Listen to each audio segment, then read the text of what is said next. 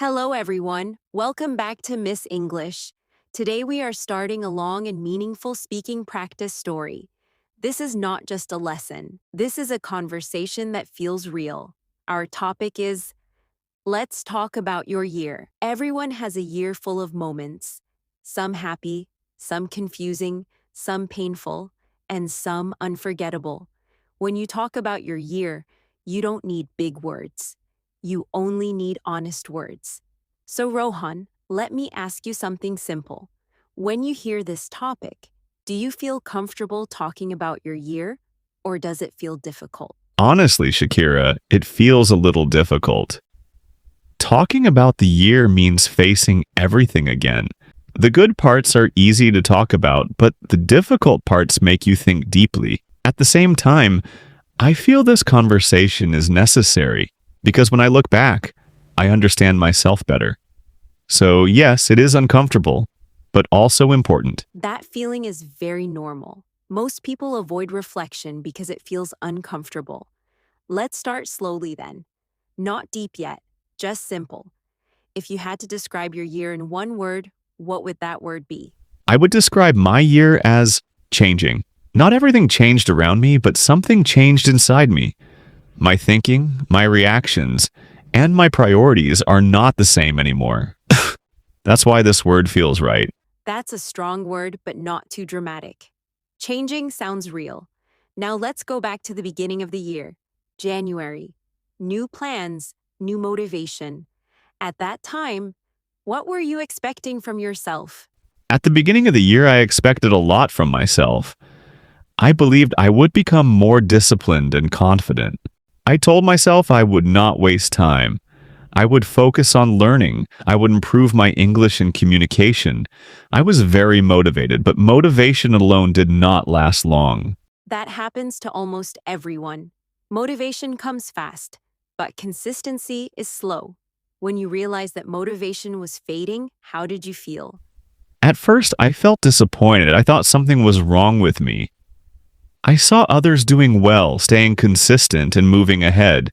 That made me feel behind. But later, I understood something important. Motivation is temporary, but habits take time. That realization changed the way I judged myself. That's an important lesson. Many people quit too early because they misunderstand motivation. Let me ask you a lighter question now. Was there any small moment this year that made you smile and think, okay, I am doing something right? Yes, there were small moments like that.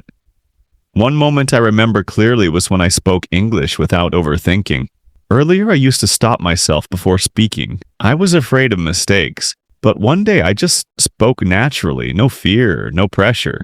That moment made me smile. It was small, but it mattered a lot to me. Small moments like that are powerful. They quietly build confidence. Now, before we move deeper in the story, let me ask you one short question. Do you think this year made you stronger or softer as a person?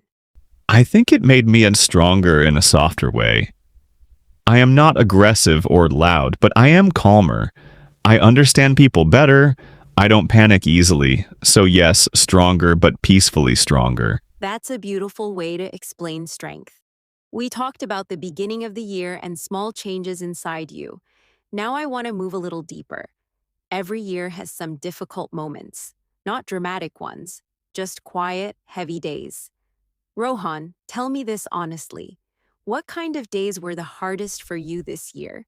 The hardest days were the quiet ones. Days when nothing went wrong, but nothing felt right either. I woke up, did my work, and went to bed. But inside I felt empty and confused. There was no big failure to blame, no big success to celebrate, just a feeling of being stuck. Those days were heavy because I didn't know what to fix. That feeling is very real, and many people experience it silently. When you were going through those days, did you talk to anyone about how you felt, or did you keep everything inside? Most of the time I kept things inside, not because I didn't trust people, but because I didn't know how to explain my feelings. I felt that others might not understand, so I stayed quiet and tried to deal with it alone. Later, I realized that silence made things heavier. But at that time, it felt easier than explaining myself. That's very honest. Many people choose silence because words feel complicated. Let me ask you something important now. Did this year change the way you see failure? Yes, it changed a lot. Earlier, I saw failure as something embarrassing, something to hide. But this year, I failed in small ways many times. Plans didn't work. Consistency broke. Confidence dropped. Slowly, failure stopped feeling shocking. It became familiar and less scary. I started seeing it as feedback, not punishment. That shift in thinking is powerful. Failure loses power when we understand it. Now let's talk about comparison. You mentioned earlier that you compared yourself with others. Be honest. Did social media affect how you felt about your year? Yes, it did, more than I want to admit. When I saw others achieving things, I felt like I was late or slow. Even when I was improving quietly, social media made me feel behind. At some point, I understood something. I was comparing my real life with someone else's highlight reel. That realization helped me step back and focus on my own pace. That's a lesson many people learn the hard way. Let me ask you a short but deep question. This year, did you lose anything, a habit, a belief, or a version of yourself? Yes, I lost the belief that everything must happen quickly. Earlier, I thought success should come fast. If it didn't, I felt frustrated. This year taught me that slow growth is still growth. Losing that old belief actually gave me peace. So yes, I lost something, but it was something I needed to let go of. Sometimes losing the wrong belief is a win. Before we pause this part, I want to ask one more gentle question. When you think about this year now, do you feel more regret or more acceptance? I feel more acceptance. There are things I wish I did better, but I don't hate myself for them anymore. I understand that I did what I could with the mindset I had at that time. That acceptance makes it easier to move forward. That's a healthy place to be. So far, we talked about confusion, failure, comparison, and acceptance. Now I want to talk about something more hopeful. Rohan, let me ask you this. Do you think this year helped you grow as a person, even if the growth was slow? Yes, I truly believe that. The growth was slow, quiet, and sometimes invisible, but it was real. Earlier, I reacted quickly to problems. I got angry, frustrated, or disappointed easily. This year taught me to pause, to think before reacting, to understand situations instead of fighting them. That change alone made me feel more mature. That kind of growth doesn't look exciting from outside, but it changes everything inside. Let me ask you something practical. Did you notice any change in your confidence this year? Yes, my confidence changed, but not in a loud way. Earlier, I thought confidence meant speaking perfectly and never feeling nervous. Now, I understand confidence differently. It means speaking even when I'm not perfect. It means continuing even when I feel unsure. I still feel nervous sometimes, but I don't let that stop me anymore. That's real confidence, quiet and steady. Let's talk about effort. Some efforts give results quickly, some don't.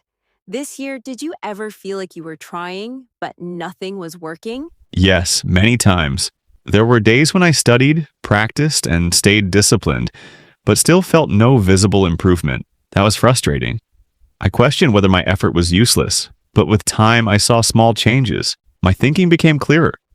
My expression became smoother. I learned that effort always works, just not on our timeline. That's an important realization. Growth often happens quietly in the background. Now, let me ask you a softer question. Did this year change the way you talk to yourself internally? Yes, it did. Earlier, my inner voice was very harsh. I blamed myself for every mistake.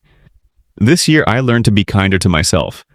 Instead of saying, "You are failing," I started saying, "You are learning." That change reduced a lot of mental pressure. It made life feel lighter. That inner voice shapes our entire experience. Before we move forward, I want to ask a short reflective question. If this year were a teacher, what lesson did it repeat again and again for you? The lesson was patience. Again and again, life reminded me that rushing creates stress, not success. Whether it was learning, habits, or emotions, Everything needed time. Once I accepted that, things became easier to handle. That's a lesson many people ignore until life forces them to learn it. One last question before we pause this part. Do you feel more prepared for the future now than you did last year? Yes, I do. Not because I have all the answers, but because I am less afraid of uncertainty. I know I can handle confusion better now. I trust myself more. That makes me feel ready, even without clarity. That confidence will carry you forward. We've talked about growth and confidence. Now I want to touch a more sensitive area. Every year leaves behind some mistakes, not big scandals, just small decisions we wish we handled better. Rohan, when you think about this year, is there any mistake that still stays in your mind? Yes, there is. One mistake I made was waiting too long to start certain things. I kept telling myself, I'll start tomorrow, or I need more time. That delay cost me progress. Not because I failed, but because I didn't act early enough. I don't blame myself harshly now, but I do recognize that waiting was a mistake. That's something many people struggle with. When you realize that waiting was holding you back, how did that realization affect you emotionally? At first, it made me feel guilty. I kept thinking about lost time. But guilt didn't help. It only made me feel heavier. Slowly, I learned to turn guilt into awareness. Instead of blaming myself, I started asking, what can I do now?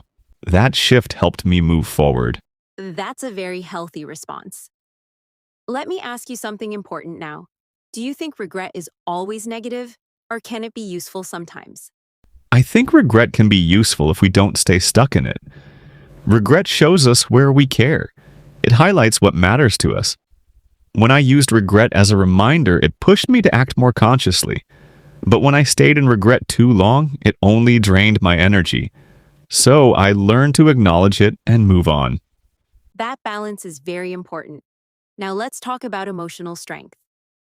This year, did you face any moment where you felt emotionally weak or overwhelmed? Yes, there were moments like that. Sometimes I felt mentally tired without knowing the exact reason. I tried to stay strong, but inside I felt fragile. Those moments taught me something important. Emotional strength doesn't mean ignoring feelings, it means understanding them. Once I accepted that, I stopped fighting myself. That's a powerful understanding. Let me ask you a short question. Did this year teach you how to rest properly? Yes, it did. Earlier, I thought resting meant wasting time. I felt guilty when I slowed down. This year, I learned that rest is necessary. Without rest, effort becomes empty. Now, when I rest, I don't feel guilty. I feel responsible.